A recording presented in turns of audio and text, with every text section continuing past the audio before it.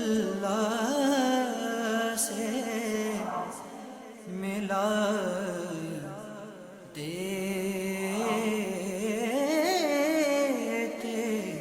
ہیں۔ اللہ والے ہیں جو اللہ سے ملا دیتے ہیں۔ الحمدللہ رب العالمین والصلاة والسلام علی سید المرسلین اما بعد فاعوذ باللہ من الشیطان الرجیم بسم اللہ الرحمن الرحیم الصلاة والسلام علیک یا رسول اللہ وعلی آلک واصحابک یا حبیب اللہ الصلاة والسلام علیک یا نبی اللہ وعلی آلک واصحابک یا نور اللہ۔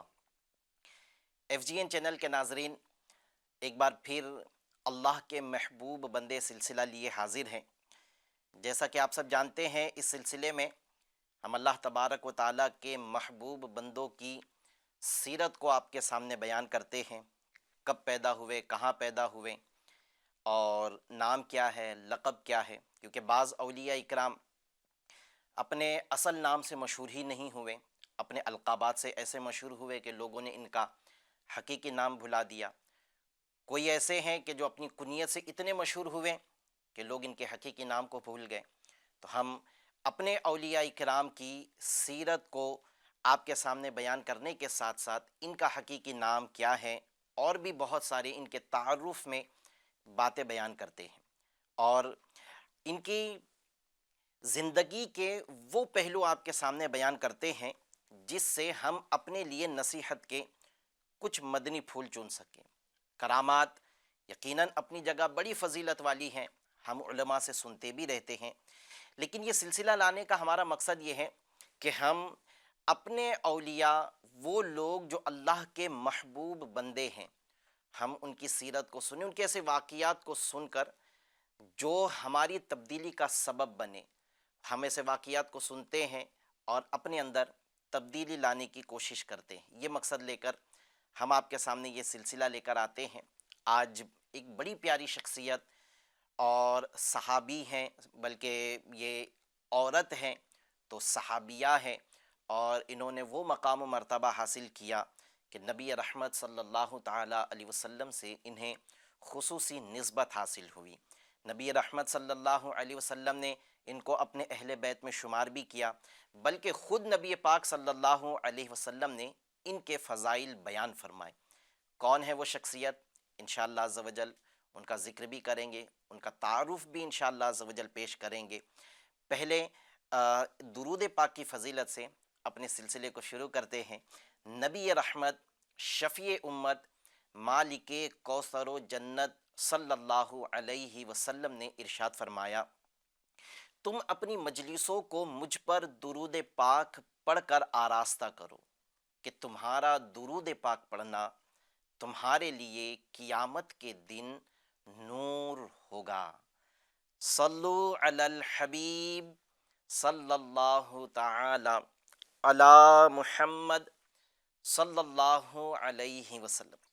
ناظرین اکرام، آج ماہ رمضان المبارک کا 17واں دن ہے، 17 رمضان ہے، اور 17 رمضان جو ہے یہ ام المومنین زوجہ رسول کریم حضرت سیدہ عائشہ صدیقہ، عالمہ، مفتیہ، مفسرہ، محدثہ، فقیہہ، عابدہ، زاہدہ، طیبہ، طاہرہ، عفیفہ رضی اللہ تعالی عنہا کا یوم وصال ہے۔ یعنی آپ نے 17 رمضان المبارک کو اس دنیا سے پردہ فرمایا تھا، اور آ چکے 17 رمضان ہیں تو انشاءاللہ عز و جل اللہ کے محبوب بندے سلسلے میں ہم آپ کی سیرت کے ان پہلوؤں کو آپ کے سامنے بیان کریں گے جس سے ہم کچھ نصیحت کے مدنی پھول چن سکیں۔ پہلے تعارف انشاءاللہ عز و جل عرض کرتا ہوں کہ حضرت سیدہ عائشہ صدیقہ رضی اللہ تعالی عنہا ام المومنین ہے، تمام مسلمانوں کی امی جان ہیں۔ آپ رضی اللہ تعالی عنہا یہ حضرت ابو بکر صدیق رضی اللہ تعالی عنہ جو رفیق سفر رہے ہیں، یار غار بھی ہیں، یار مزار بھی ہیں، حضرت ابو بکر صدیق رضی اللہ تعالی عنہ کی شہزادی ہیں۔ اور حضرت عائشہ صدیقہ رضی اللہ تعالی عنہا یہ ان کی والدہ کا نام ام رومان تھا۔ حضرت عائشہ صدیقہ طیبہ طاہرہ رضی اللہ تعالی عنہا ایک مرتبہ فرماتی ہیں کہ نبی رحمت صلی اللہ تعالی علیہ وسلم کی خدمت میں حاضر ہوئی اور عرض کی کہ دیگر ازواج مطہرات نے، کیونکہ دیگر ازواج مطہرات نبی رحمت صلی اللہ علیہ وسلم کے نکاح میں اس وقت آئی جب پہلے سے ان کے نکاح کسی سے ہو چکے تھے اور وہ انتقال کر چکے تھے، یعنی بیوہ عورتوں سے نبی رحمت صلی اللہ علیہ وسلم نے نکاح فرمایا۔ ماں عائشہ صدیقہ رضی اللہ تعالی عنہا ایک واحد ایسی زوجہ ہیں جن کا پہلا ہی نکاح ہمارے نبی صلی اللہ علیہ وسلم سے ہوا تھا۔ تو آپ رضی اللہ تعالی عنہا نے نبی رحمت صلی اللہ علیہ وسلم کی بارگاہ میں حاضر ہو کر عرض کی کہ سب نے اپنی کنیت اپنی سابقہ شوہر کی جو اولاد ہے ان کے نام پہ رکھی ہیں، میں اپنی کنیت کس کے نام پر رکھوں؟ تو نبی پاک صلی اللہ تعالی علیہ وسلم نے ارشاد فرمایا، اے عائشہ تم اپنے بھانجے کے نام پر اپنی کنیت رکھ لو۔ آپ کے بھانجے حضرت اسماء بنت ابو بکر رضی اللہ تعالی عنہا کے بیٹے، ان کا نام عبداللہ تھا، تو حضرت عائشہ صدیقہ رضی اللہ تعالی عنہا نے اپنی کنیت ام عبداللہ رکھ لی۔ حضرت عبداللہ رضی اللہ تعالی عنہ جو ہیں یہ ہماری ماں حضرت عائشہ صدیقہ رضی اللہ تعالی عنہا کو امی جان ہی کہا کرتے تھے۔ 17 رمضان المبارک 57 ہجری یا 58 ہجری میں مدینہ منورہ میں آپ کا وصال ظاہری ہوا، اور حضرت عائشہ صدیقہ رضی اللہ تعالی عنہا کی ولادت بعثت نبوی کے دور کے، یعنی وہ دور جس میں نبی رحمت صلی اللہ علیہ وسلم نے اپنی نبوت کا اعلان فرمایا، بعثت نبوی کے دور کے 4 سال بعد آپ کی ولادت ہوئی تھی۔ اور ہمارے نبی صلی اللہ تعالی علیہ وسلم سے آپ کا نکاح قبل ہجرت مکہ میں ہوا تھا، یعنی مکے کی طرف ہجرت کرنے سے پہلے، مدینہ کی طرف ہجرت کرنے سے پہلے آپ کا نکاح ہوا تھا، لیکن کاشانہ نبوت میں یہ مدینہ منورہ کے اندر شوال 2 ہجری میں آئی۔ یہ حضور صلی اللہ تعالی علیہ وسلم کی زوجہ محترمہ ہیں اور سب سے چہیتی زوجہ محترمہ ہیں۔ آپ رضی اللہ تعالی عنہا کی نماز جنازہ، آپ کا انتقال 17 رمضان 57 یا 58 ہجری میں ہوا۔ آپ کی نماز جنازہ حضرت ابو ہریرہ رضی اللہ تعالی عنہ نے پڑھائی، اور آپ کی وصیت کے مطابق رات میں لوگوں نے آپ کو جنت البقیع میں دوسری ازواج مطہرات کے پہلو میں دفن کیا۔ ویسے آپ کی وصیت تو شروع میں یہ تھی کہ آپ کو نبی رحمت صلی اللہ تعالی علیہ وسلم کے پہلو میں ہی دفن کیا جائے، اور چونکہ علماء فرماتے ہیں کہ حضرت ابو بکر صدیق آپ کے والد تھے اور والد کے ساتھ کوئی پردہ نہیں ہوتا ہے، تو یہ وصیت آپ کے والد کے اس دنیا سے پردہ کرنے کے بعد بھی باقی تھی کہ حضرت ابو بکر صدیق ہمارے نبی صلی اللہ علیہ وسلم کے پہلو میں مدفون ہیں۔ تو آپ کی یہ وصیت باقی تھی کہ جب میرا انتقال ہو تو مجھے نبی رحمت صلی اللہ علیہ وسلم کے پہلو ہی میں دفنایا جائے، کہ والد کے ساتھ کوئی پردہ نہیں ہوتا ہے۔ یہ آپ کی پرہیزگاری تھی۔ پھر اس کے بعد جب حضرت فاروق اعظم رضی اللہ تعالی عنہ کا انتقال سے پہلے آپ نے آپ سے نبی رحمت صلی اللہ علیہ وسلم کے پہلو میں دفن ہونے کی اجازت چاہی، کہ ماں عائشہ سے یہ اجازت چاہی کہ آپ مجھے اجازت دے کہ جب میرا انتقال ہو تو مجھے نبی پاک صلی اللہ علیہ وسلم کے پہلو میں دفن کیا جائے۔ حضرت عائشہ کی اگرچہ یہ خواہش تھی، لیکن آپ نے فاروق اعظم رضی اللہ تعالی عنہ کو اجازت عطا فرما دی۔ تو جب فاروق اعظم رضی اللہ تعالی عنہ کا انتقال ہوا تو آپ کو نبی پاک صلی اللہ تعالی علیہ وسلم کے پہلو میں دفن کیا گیا۔ تو پھر اب آپ نے وصیت فرما دی کہ اب مجھے دیگر ازواج مطہرات کے ساتھ جنت البقیع ہی میں دفن کیا جائے۔ اس سے ناظرین اکرام ایک بات پتہ چلتی ہے کہ دنیا سے پردہ کر جانے، دنیا سے انتقال کرنے کے بعد میں پردے کا حکم باقی رہتا ہے یا نہیں رہتا، یہ تو علماء بتا سکتے ہیں، لیکن صحابیات اور ان میں بالخصوص نبی رحمت صلی اللہ علیہ وسلم کی اہل بیت کی خواتین پردے کا کیسا اہتمام کیا کرتی تھی۔ ماں عائشہ صدیقہ رضی اللہ تعالی عنہ کی شان و عظمت یہ ہے، آپ کے کمال یہ ہیں کہ جب فاروق اعظم رضی اللہ تعالی عنہ کو دفن کر دیا گیا تو آپ نے وصیت فرما دی کہ اب مجھے جنت البقیع میں دیگر ازواج مطہرات کے ساتھ دفن کیا جائے۔ ایک روایت میں تو یہ بھی ہے کہ نبی حضرت فاروق اعظم رضی اللہ تعالی عنہ کے جنازے کو، یعنی آپ کی وصیت تھی کہ میرے جنازے کو مصطفیٰ جان رحمت صلی اللہ علیہ وسلم کے مزار کے قریب رکھ دینا، اگر دروازہ کھل جائے تو مجھے پھر وہیں دفن کر دینا، ورنہ پھر مجھے جنت البقیع میں دیگر صحابہ اکرام کے ساتھ دفن کرنا۔ تو جب آپ کا انتقال ہوا تو فاروق اعظم رضی اللہ تعالی عنہ کو حضرت نبی رحمت صلی اللہ علیہ وسلم کے مزار پاک کے قریب رکھا گیا تو دروازہ خود بخود کھل گیا۔ اس سے صحابہ اکرام نے پھر یہ نتیجہ لیا کہ آپ کو نبی رحمت صلی اللہ علیہ وسلم کے پہلو میں دفن ہونے کی اجازت مل گئی اور وہاں دفن کیا گیا۔ جب آپ وہاں دفن ہوئے تو پھر ماں عائشہ صدیقہ رضی اللہ تعالی عنہا کی وصیت ہوئی کہ اب مجھے جنت البقیع میں دیگر ازواج مطہرات کے ساتھ دفن کر دیا جائے۔ تو اس سے پردے کے متعلق بھی بات پتہ چلتی ہے۔ ناظرین اکرام، ہمیں سننے والی میں اسلامی بہنیں بھی ہوں گی، اس سے یہ بات اسلامی بہنوں کو بھی درس حاصل کرنا چاہیے کہ ہمیں پردے کا خصوصیت کے ساتھ اہتمام کرنا چاہیے۔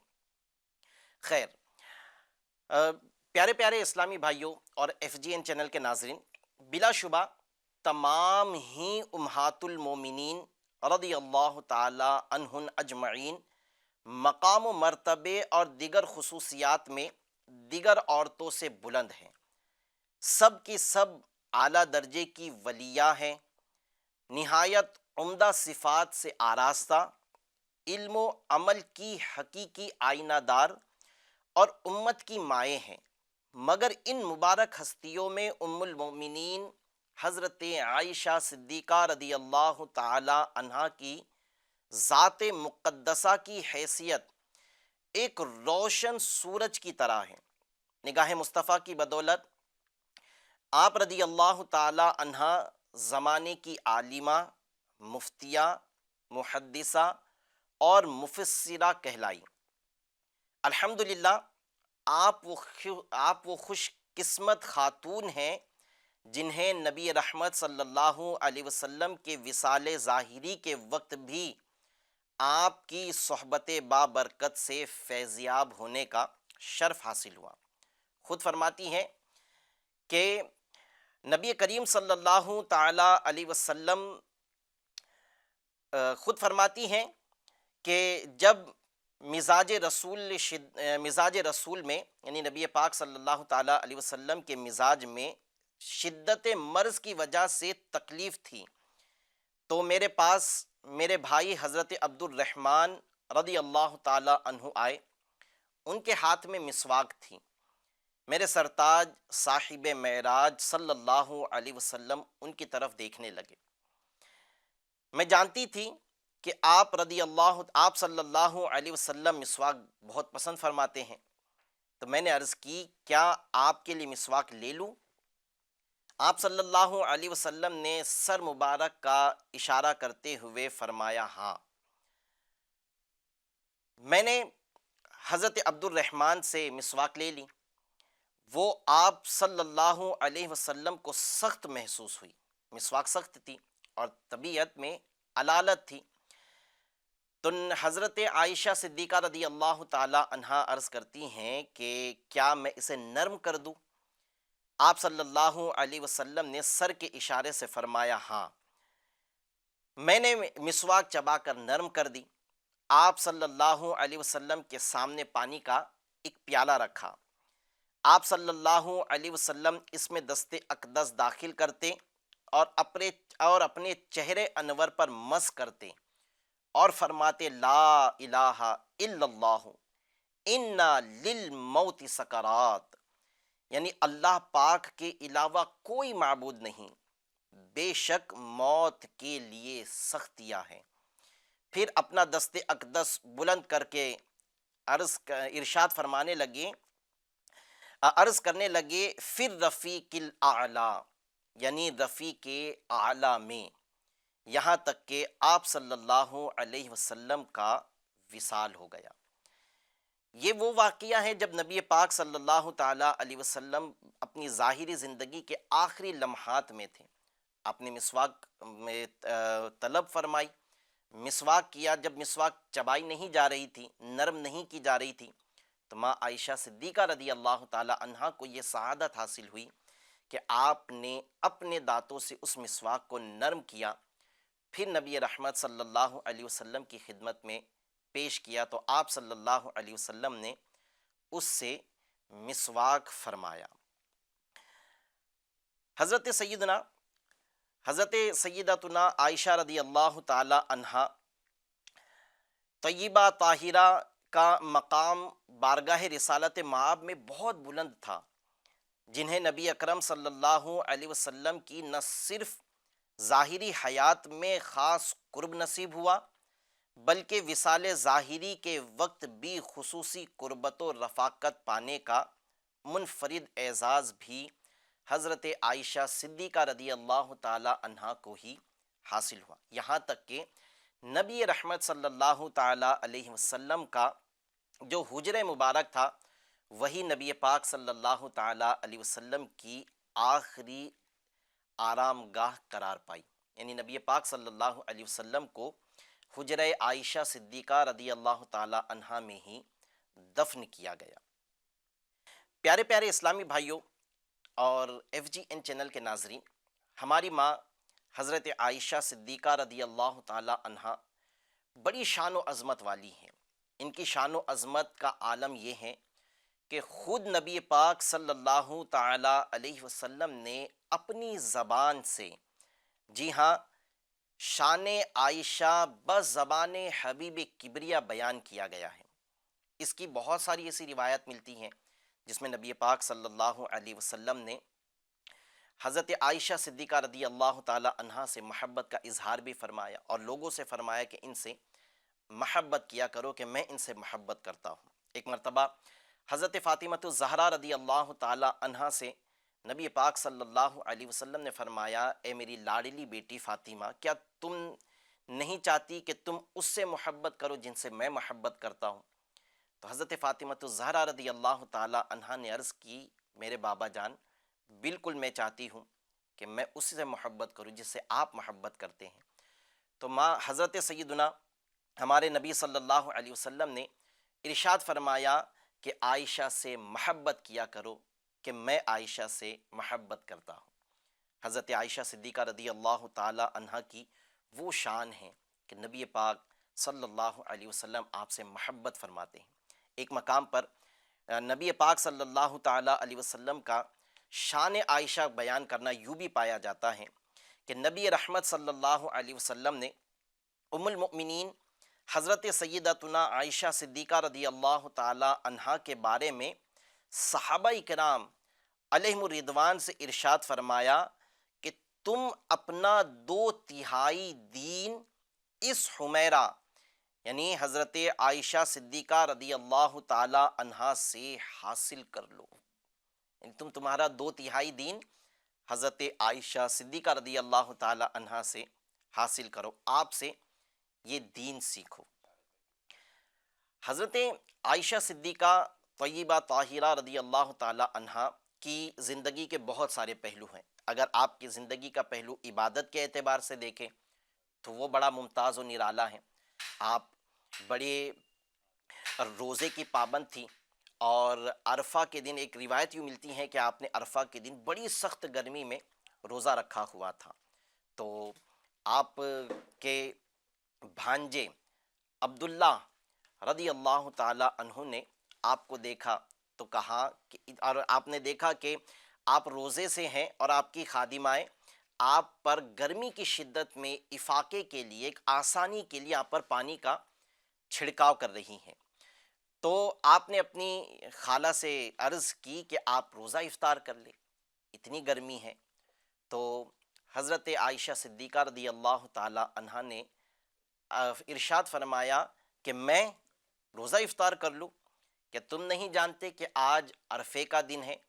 پھر آپ نے فرمایا جو نبی پاک صلی اللہ علیہ وسلم نے عرفے کے دن روزے کی فضیلت ارشاد فرمائی تھی کہ عرفے کا روزہ 1 سال کے گناہوں کو مٹا دیتا ہے، تو آپ فرمانے لگی کہ میں اس فضیلت کو پانے کے لیے کیسے روزہ افطار کر لوں؟ میں نے روزہ رکھا ہی اس فضیلت کو پانے کے لیے ہے۔ آپ عبادت میں بڑی ممتاز تھی، تہجد کی آپ پابند تھیں، تہجد ادا کیا کرتی تھی۔ آج ناظرین ہم غور کریں کہ نفل روزے بھی رکھنے چاہیے، لیکن آج مسلمانوں کی ایک تعداد ایسی ہیں جو کہ فرض روزوں میں ہی کوتاہی کا شکار ہیں۔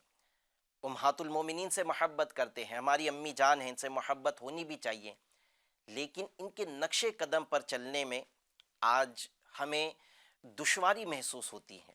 یہ کیسی محبت ہے کہ حضرت عائشہ صدیقہ سے محبت کا دعویٰ بھی کیا جائے، ان سے محبت کا دم بھی بھرا جائے، وہ نفل روزے کی پابند ہو، وہ تہجد کی پابند ہو، اور ہم فرض روزے کی ہی پابند نہ ہو سکیں، اور ہم فرض نمازوں کو ہی اس کے وقت پہ ادا کرنے میں سستی کا شکار ہو۔ ناظرین اکرام، ہمیں چونکہ یہ سلسلہ لانے کا ایک مقصد ہی ہمارا یہ ہے کہ ہم ناظرین کو اس سے کچھ میسج دے اپنے بزرگوں کی سیرت سے، تو ہماری ماں عائشہ صدیقہ کی سیرت کا ایک بہت نمایاں پہلو یہ ملتا ہے کہ آپ رات رات عبادت کیا کرتی تھی، آپ کا تہجد کی پابند تھی، آپ رضی اللہ تعالی عنہا نفل روزوں کی کثرت کیا کرتی تھی، نوافل نمازوں کی پابندی کیا کرتی تھی۔ تو ہم جب ان سے محبت کرتے ہیں تو ہمیں چاہیے کہ ہم اپنی والدہ حضرت عائشہ صدیقہ رضی اللہ تعالی عنہا کی سیرت پر عمل کرتے ہوئے نمازوں کی پابندی کریں۔ ذہن نصیب کہ نفل نمازیں پڑھنا نصیب ہو جائے، ورنہ کم از کم فرائض ہی کی پابندی کر لیں، اور فرائض کی پابندی بھی با جماعت نماز کے ساتھ ہو جائے۔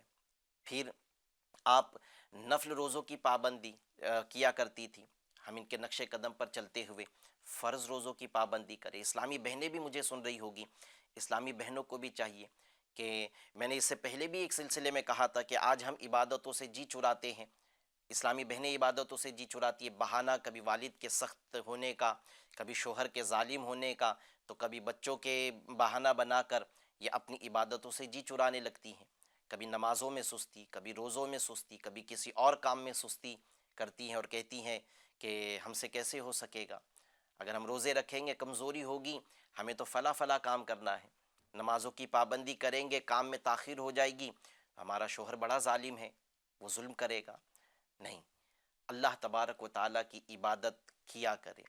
ہماری ماں عائشہ صدیقہ رضی اللہ تعالیٰ عنہ بلکہ سارے امہات المومنین کا طرز عمل رہا کہ یہ اپنی رب کو راضی کرنے کے لیے عبادتوں کی کثرت کیا کرتے تھے، تو ہم بھی ان کے نقش قدم پر چلیں۔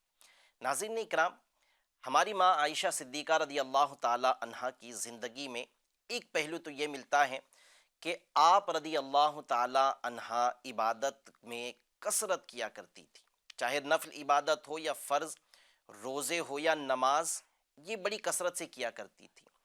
اس کے ساتھ ساتھ آپ کی زندگی کا ایک بہت نمایاں پہلو یہ صدقہ و خیرات کرنا ہے، سخاوت کرنا ہے۔ اس کی کچھ واقعات عرض کرتا ہوں کہ آپ کی سخاوت کا عالم کیا تھا، جبکہ آپ کی خود کی غربت کا عالم کیا ہے، لیکن اس کے باوجود آپ سخاوت کیسی فرماتی تھی۔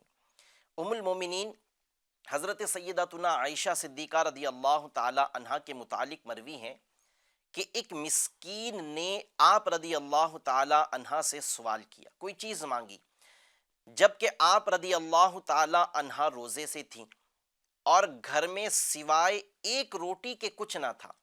وہ روٹی شاید افطار کی ہوگی، افطار کے لیے رکھی گئی ہوگی، لیکن اس روٹی کے علاوہ کچھ نہ تھا اور آپ روزے سے ہیں۔ آپ رضی اللہ تعالی عنہا نے اپنی باندی سے فرمایا اسے وہ روٹی دے دو، ایک ہی روٹی ہے لیکن دے دو۔ تو باندی نے کہا کہ آپ رضی اللہ تعالی عنہا کی افطاری کے لیے اس کے سوا کچھ نہیں۔ سیدہ عائشہ صدیقہ رضی اللہ تعالی عنہا نے فرمایا اسے وہ روٹی دے دو، بھلے میرے لیے افطار کے لیے کچھ نہیں ہے لیکن دے دو۔ باندی کہتی ہے تو میں نے وہ روٹی اسے دے دی۔ جب شام ہوئی تو اہل بیت یا اس شخص نے ہدیہ بھیجا جو ہمیں بکری کا گوشت ہدیہ کرتا تھا اور اس کو ڈھانپ کر لایا۔ آپ رضی اللہ تعالی عنہا نے خادمہ کو بلا کر فرمایا لو اس میں سے کھاؤ، یہ تمہاری اس روٹی سے بہتر ہے۔ ناظرین کرام دیکھیں، خود روزے سے ہیں، افطار کے لیے اس روٹی کے علاوہ کوئی اور چیز نہیں، لیکن اللہ کی راہ میں دینے کا کیسا ذہن ہے۔ خادمہ توجہ دلا رہی ہیں کہ سیدہ آپ کے پاس اس روٹی کے علاوہ اور کچھ بھی نہیں ہے تو افطار کیسے کرو گی، لیکن آپ فرماتی ہیں کہ یہ اس مسکین کو دے دو۔ پھر اللہ پاک نے جزا بھی کیسی عطا فرمائی۔ آخرت میں جو جزا ملے گی وہ تو ہے ہی، دنیا میں بدلہ اللہ پاک نے یہ عطا فرمایا کہ ایک صدقہ کرنے والا، ایک شخص جو لوگوں کو تحفہ دیا کرتا تھا بکری کا گوشت، یا اہل بیت میں سے کسی نے آپ کے لیے بکری کا گوشت بھیج دیا۔ اس کے علاوہ بھی صدقہ و خیرات کے متعلق آپ کا بڑا معمول رہا ہے، توکل اللہ تبارک و تعالیٰ کی ذات پر۔ اس واقعے سے توکل بھی ایک بات پتہ چلتی ہے، اور صدقہ و خیرات کرنے کے متعلق اور بھی واقعات آپ کی سیرت میں لکھے ہیں کہ دعوت اسلامی کے اشاعتی ادارے مکتبۃ المدینہ انڈیا کی شائع کردہ ایک کتاب ہے 1548 صفحات کی، جس کا نام ہے فیضان سنت۔ اس میں 1429 صفحے پر امیر اہل سنت دامد برکاتہم العالیہ ایک حدیث پاک نقل فرماتے ہیں کہ ام المومنین حضرت سیدتنا عائشہ صدیقہ رضی اللہ تعالی عنہا بہت سخی تھی۔ ایک دفعہ حضرت عبداللہ بن زبیر رضی اللہ تعالی عنہما نے ان کی خدمت میں 1,00,000 دراہم بھیجے، تو آپ رضی اللہ تعالی عنہا نے وہ سب درہم ایک ہی روز میں راہ خدا میں تقسیم کر دیے۔ 1,00,000 درہم ایک ہی دن میں، اور وہ بھی اسی دن آپ نے اللہ کی راہ میں تقسیم کر دیے۔ اور اس روز آپ رضی اللہ تعالی عنہا خود روزے سے تھی۔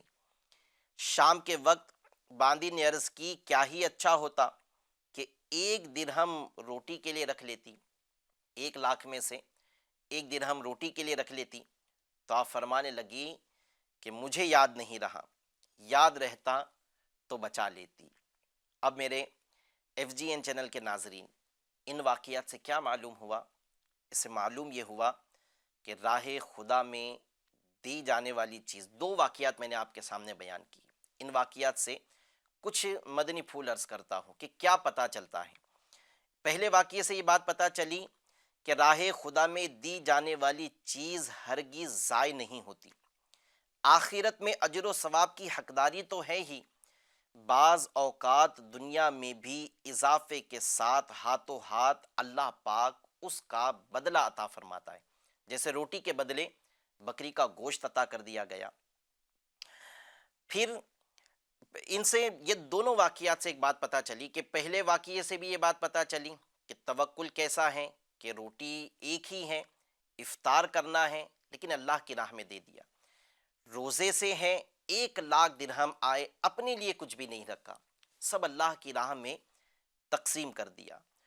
تو اس سے یہ دونوں واقعات سے بات پتہ چلتی ہیں کہ آپ رضی اللہ تعالی عنہا کا رب تعالیٰ کی ذات پر توکل بڑا عظیم تھا کہ شام آئے گی تو اس کا بھی انتظام ہو جائے گا، اور ہوا بھی کہ پہلے واقعے میں آپ کے لیے اس کا نعم البدل روٹی کے بدلے گوشت کی صورت میں عطا کر دیا گیا۔ یہ سب برکات راہ خدا میں کشادہ دلی کے ساتھ خرچ کرنے اور توکل کی ہیں۔ اور یہ بات تو یقینی ہے کہ راہ خدا میں مال خرچ کرنے سے مال بڑھتا ہے، گھٹتا نہیں۔ جیسا کہ حدیث پاک میں ہے، حضرت سیدنا ابو ہریرہ رضی اللہ تعالی عنہ فرماتے ہیں، دو عالم کے مالک و مختار مکی مدنی سرکار صلی اللہ علیہ وسلم نے ارشاد فرمایا، مال صدقہ مال میں کمی نہیں کرتا، صدقہ دینے سے مال کم نہیں ہوتا بلکہ مال اس سے بڑھتا ہی ہے۔ یہ حضرت عائشہ صدیقہ رضی اللہ تعالی عنہ کی زندگی کا دوسرا بڑا پیارا پہلو تھا کہ آپ کا اللہ کی ذات پہ توکل بھی بڑا عظیم تھا اور آپ راہ خدا میں خرچ بھی کیا کرتی تھی۔ ناظرین اکرام، آپ بھی غور کریں، میں بھی غور کرتا ہوں، اسلامی بہنیں جو سن رہی ہیں وہ بھی غور کریں کہ ابھی زکوٰۃ بہت سارے لوگ اپنی دیں گے، حالانکہ زکوٰۃ کے اپنے احکام ہے فرض ہونے کے کہ کب فرض ہوتی ہے، لیکن بہت سارے لوگ ماہ رمضان میں زکوٰۃ ادا کرتے ہیں۔ کچھ ایسے بھی نادان ہیں کہ جن پر زکوٰۃ واجب ہو جاتی ہے، فرض ہو جاتی ہے، لیکن بخل کے باعث وہ یا تو اپنی زکوٰۃ پوری ادا نہیں کرتے، یا پھر ادا کرتے ہیں تو اس میں سے کچھ بچا کے رکھ لیتے ہیں۔ اس طرح کی حرکتیں بھی کی جاتی ہیں، جبکہ زکوٰۃ تو مال کو پاک کرنے کے لیے ہے، لیکن لوگ اپنی زکوٰۃ دینے میں جو ہے یہ تنگ دلی کا مظاہرہ کرتے ہیں۔ پھر رہی بات کہ اپنے پاس بہت ہے، ٹھیک ہے اگر زکوٰۃ کسی پر فرض نہیں ہوتی لیکن اس کے پاس مال بہت ہے، کسی حقدار نے سوال کیا، وہ دینے میں کنجوسی کا شکار ہوتے ہیں۔ مسجد کی تعمیر کا کام ہو رہا ہے، کوئی دین کے کام کے لیے اعلان کیا گیا ہے، پیسے اپنے پاس میں، لیکن اللہ کی راہ میں دینے میں دل نہیں کرتا۔ اس کا کبھی دیتے بھی ہیں تو پھر دیکھا جاتا ہے کہ سب سے بوسیدہ نوٹ کون سی ہے، سب سے نرم نوٹ کون سی ہے جس کا رکھنا ہمارے لیے خطرہ ہوگا، ایسی نوٹ نکال کر پھر اللہ کی راہ میں دے دیا جاتا ہے۔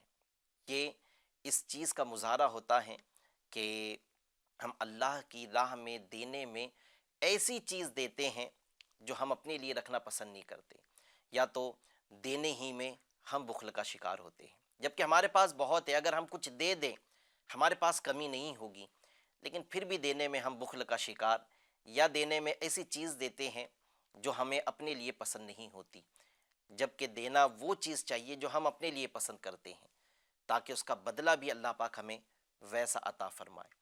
حضرت عائشہ صدیقہ رضی اللہ تعالی عنہ کی سیرت سے یہ نصیحت حاصل کرے کہ ہمارے پاس اگر کچھ ہے تو اللہ کی راہ میں دینے کا اپنا ذہن بنائے۔ ان کا تو توکل تھا کہ کچھ نہیں تھا، پھر بھی سب اللہ کی راہ میں لٹاتے تھے۔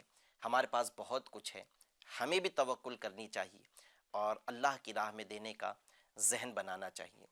اس کے علاوہ بھی ماں عائشہ صدیقہ رضی اللہ تعالی عنہ کی سیرت میں بہت سارے پہلو ہیں۔ ایک پہلو تو آپ کی علمی صلاحیت بھی ہے، آپ بڑی علمی صلاحیت رکھتی تھی، اور اس کے لیے آپ کا ایک واقعہ بھی ہے کہ حضرت عروہ بن زبیر رضی اللہ تعالی عنہ، جو کہ حضرت عائشہ صدیقہ رضی اللہ تعالی عنہ کے بھانجے اور آپ کی بہن حضرت اسماء رضی اللہ تعالی عنہ کے بیٹے ہیں، ان کا بیان ہے کہ فقہ و حدیث کے علاوہ میں نے حضرت عائشہ صدیقہ رضی اللہ تعالی عنہ سے بڑھ کر کسی کو اشعار عرب کا جاننے والا نہیں پایا۔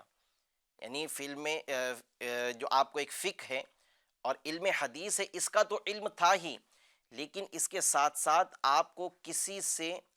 آپ سے بڑھ کر کسی کو اشعار عرب کا جاننے والا نہیں پایا۔ علم طب اور مریضوں کے علاج معالجہ میں بھی انہیں کافی مہارت تھی۔ علم طب میں بھی ہماری ماں عائشہ صدیقہ رضی اللہ تعالی عنہ بڑی مہارت رکھتی تھی۔ ایک مرتبہ حضرت عروہ رضی اللہ تعالی عنہ نے آپ سے عرض کیا کہ اماں جان، آپ نبی رحمت صلی اللہ علیہ وسلم کی زوجہ ہیں، تو اس نسبت سے فقہ اور حدیث میں مہارت تو سمجھ میں آتی ہے۔ آپ حضرت ابو بکر صدیق کی شہزادی ہیں، بیٹی ہیں، اور وہ اشعار میں بڑی مہارت رکھتے تھے، شعر کہنے میں، تو یہ بھی سمجھ میں آتا ہے کہ آپ کو اشعار پر مہارت ہے، لیکن آپ کے خاندان میں کوئی معالج نہ تھا، کوئی علاج کرنے والا نہ تھا، تو پھر آپ کو علاج میں اتنی مہارت کیسے ہیں؟ تو حضرت عائشہ صدیقہ رضی اللہ تعالی عنہا نے ارشاد فرمایا کہ جب نبی رحمت صلی اللہ تعالیٰ علیہ وسلم کی زندگی کے آخری دن تھے تو آپ صلی اللہ علیہ وسلم میرے کاشانہ میں ہی رہائش پذیر تھے، میرے یہیں رہا کرتے تھے، اور اکثر طبیعت ناساز ہونے کی وجہ سے آپ کو عرب و عجم کے حکیم سے دوائیں دی جاتی تھیں۔ یہ عرب و عجم کے حکیم آپ کو دوائیں تجویز کرتے تھے، اور میں ان دواؤں کو نبی رحمت صلی اللہ علیہ وسلم کو استعمال کرواتی تھی، ان سے علاج کرتی تھی۔ بس اسی سے مجھے دواؤں کا علم بھی یعنی علم طب بھی آ گیا۔ کیسی ذہانت ہے کہ علاج میں دوا ڈاکٹر نے تجویز کی ہے، آپ صرف دوا استعمال کروا رہی ہیں، لیکن ان دواؤں کے استعمال کراتے رہنے سے آپ کو بھی علم طب میں مہارت حاصل ہو گئی۔ یہ اللہ تبارک و تعالیٰ کی آپ پر ایک خصوصی رحمت تھی کہ آپ کا قوت حافظہ اتنا مضبوط تھا۔ ناظرین اکرام، علم حاصل کرنے کی طرف ہمیں بھی آنا چاہیے۔ اسلامی بھائی ہو، اسلامی بہن ہو، ہماری ماں عائشہ صدیقہ رضی اللہ تعالی عنہ فقیہہ ہے، عالمہ ہے، مفسرہ ہے، ہم ان کے چاہنے والے ہیں، ان کے نام لیوا ہیں۔ ہم عالم اگر نہیں بن سکتے، عالمہ اگر نہیں بن سکتے، کم از کم اتنا علم تو ہم حاصل کر لیں کہ جو ہمارے روزمرہ کی زندگی میں ہمیں فائدہ دے۔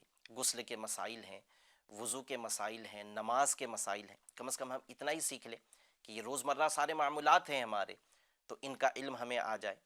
اگر ہم حافظ نہیں بن سکیں، حافظہ نہیں بن سکیں، تو ہمیں چاہیے کہ ہم قرآن پاک صحیح پڑھنا ہی سیکھ لیں، اتنا ہم علم حاصل کر لیں۔ دعوت اسلامی انڈیا آج الحمدللہ چاہے اسلامی بھائی ہو یا اسلامی بہن، عورتیں ہو یا مرد ہو، سب کے لیے علم حاصل کرنے کا پلیٹ فارم دے رہی ہیں۔ دعوت اسلامی انڈیا سے وابستہ ہو جائے۔ اس دعوت اسلامی انڈیا کے تحت عورتوں کے بھی اجتماعات ہوتے ہیں، مردوں کے بھی اجتماعات ہوتے ہیں، اس میں جائے۔ یہ اجتماعات علم حاصل کرنے کا ذریعہ ہوتے ہیں۔ مختلف کورسز دعوت اسلامی عورتوں اور مردوں کو کرواتے ہیں، عورتوں کو کروانے والی عورت ہوتی ہیں، مردوں کو مرد کرواتا ہے۔ تو یہ کورسز میں شرکت کریں، انشاءاللہ عز و جل علم دین حاصل ہوگا۔ اللہ تبارک و تعالی ہمیں حضرت عائشہ صدیقہ طیبہ طاہرہ عابدہ زاہدہ رضی اللہ تعالی عنہ کی جو شان ہے کہ آپ کا علمی مقام اور آپ کا زہد و تقوی اللہ کی راہ میں دینا، ان سب کا اللہ پاک ہمیں صدقہ عطا فرمائے۔ ناظرین اکرام، ہمارے سلسلے کا وقت پورا ہوا۔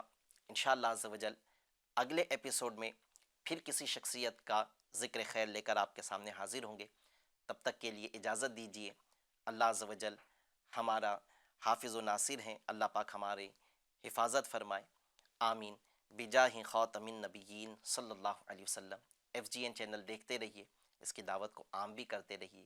صلو علی الحبیب صلی اللہ تعالی علی محمد صلی اللہ تعالی علیہ وسلم۔ اللہ والے ہیں جو اللہ سے ملا دیتے ہیں۔ اللہ والے ہیں جو اللہ سے